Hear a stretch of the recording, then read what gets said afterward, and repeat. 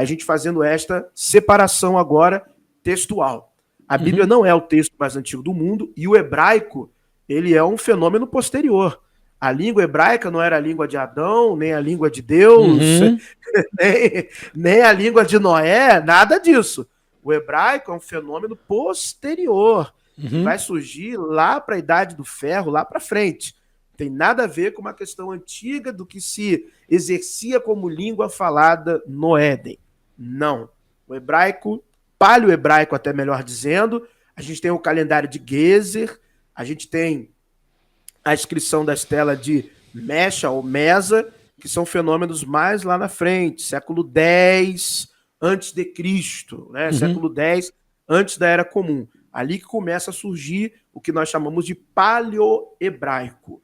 As escrituras hebraicas, como elas eram antes dos achados do Mar Morto, ou seja, antes de Qurã, eram escritas do século X, ali, século VI a século X, né, tem essa janela, depois de Cristo, que foram quando os maçoretas, os judeus de Tiberaíades, que fizeram a sua construção da versão da Bíblia hebraica.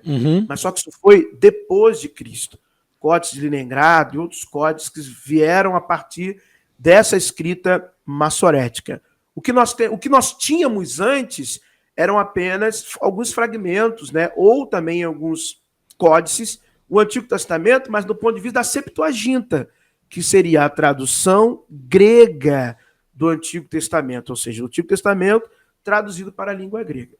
Aí, vindo os achados do Mar Morto, alguns livros do Antigo Testamento ali estavam em Qurã, em algumas cavernas de Qurã.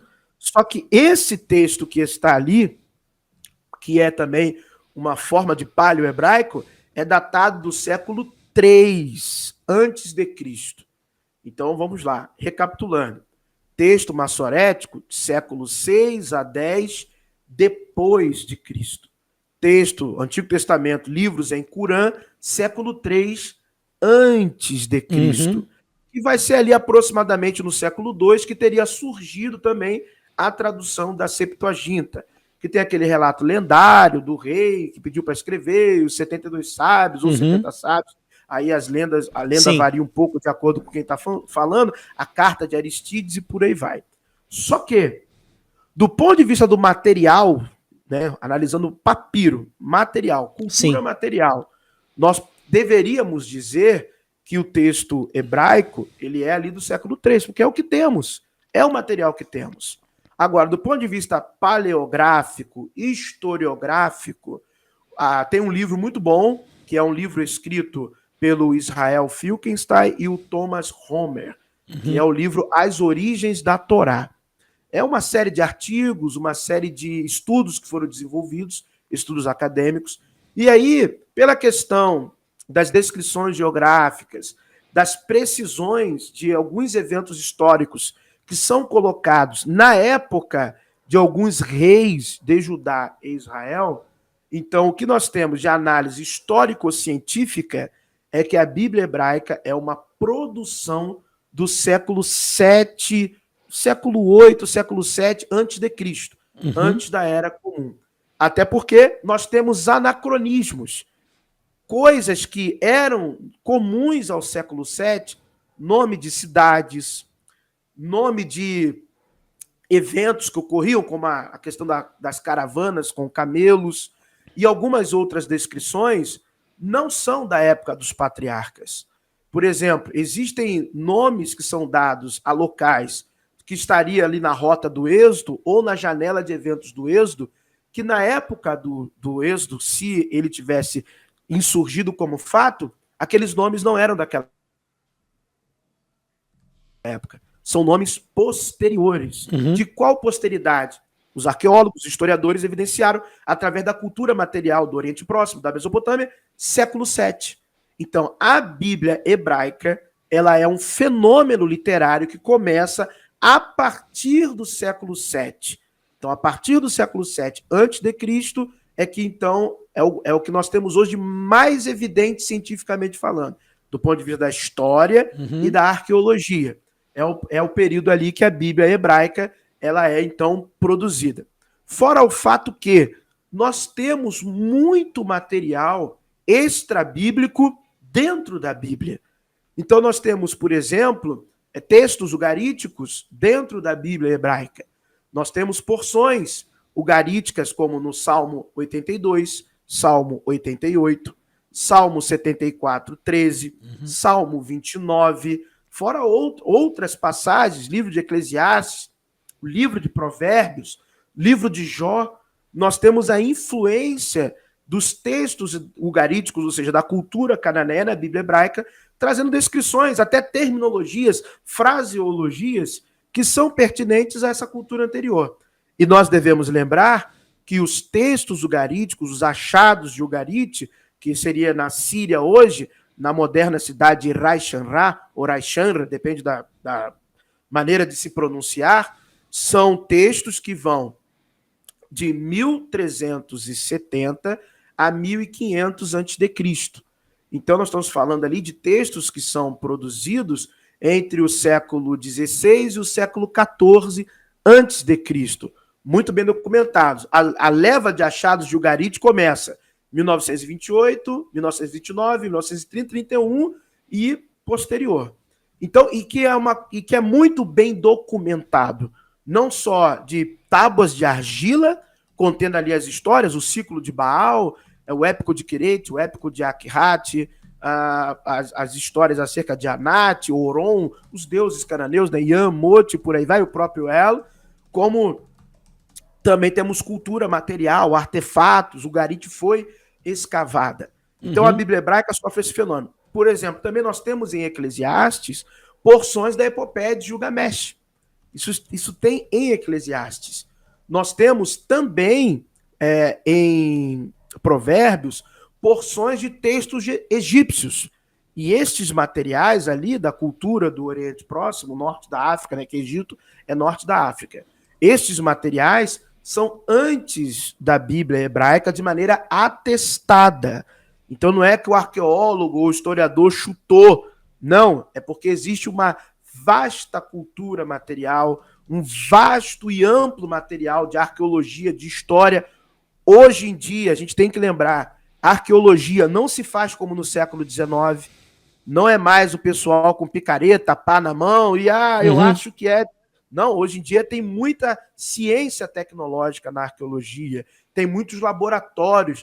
Carbono 14 é uma forma de datação dentre várias outras formas de datação arqueológica, né? O pessoal vai dizer, não, porque o carbono 14 também falha, como se o método que surgiu lá na década de 50 não foi aperfeiçoado até hoje. Nós já estamos com computação quântica, a ciência avançou. Então, nós temos várias maneiras de datar hoje o material, fora a database que nós temos hoje. Nós achamos muitos artefatos que nos deu condições de, quimicamente até, montar um database, né? Um banco de dados para a gente comparar o material químico que está sendo analisado. Então, a arqueologia, a história também evoluiu muito. Então, a Bíblia hebraica, nesse sentido, ela é um fenômeno literário que é a reunião de diversas outras tradições e culturas do Oriente Próximo, daqueles povos que habitavam a região do Levante. Então não é uma produção, vamos dizer assim, original. Ela tem um processo de formação. A gente consegue ver até em Corã as diferenças textuais que existem entre o texto massorético, a Septuaginta e os próprios manuscritos do Mar Morto no que dizem respeito ao Antigo Testamento. No conjunto total da obra, não há tantas diferenças, mas há algumas diferenças que são relevantes. Né? Às vezes tem algumas pessoas que falam, só repetem, como você falou, ela só repete. Sim. Não, o que nós achamos em Corã, segundo os estudiosos, né, que essa frase é, segundo os estudiosos, é idêntico à Bíblia que nós tínhamos. Não é idêntico.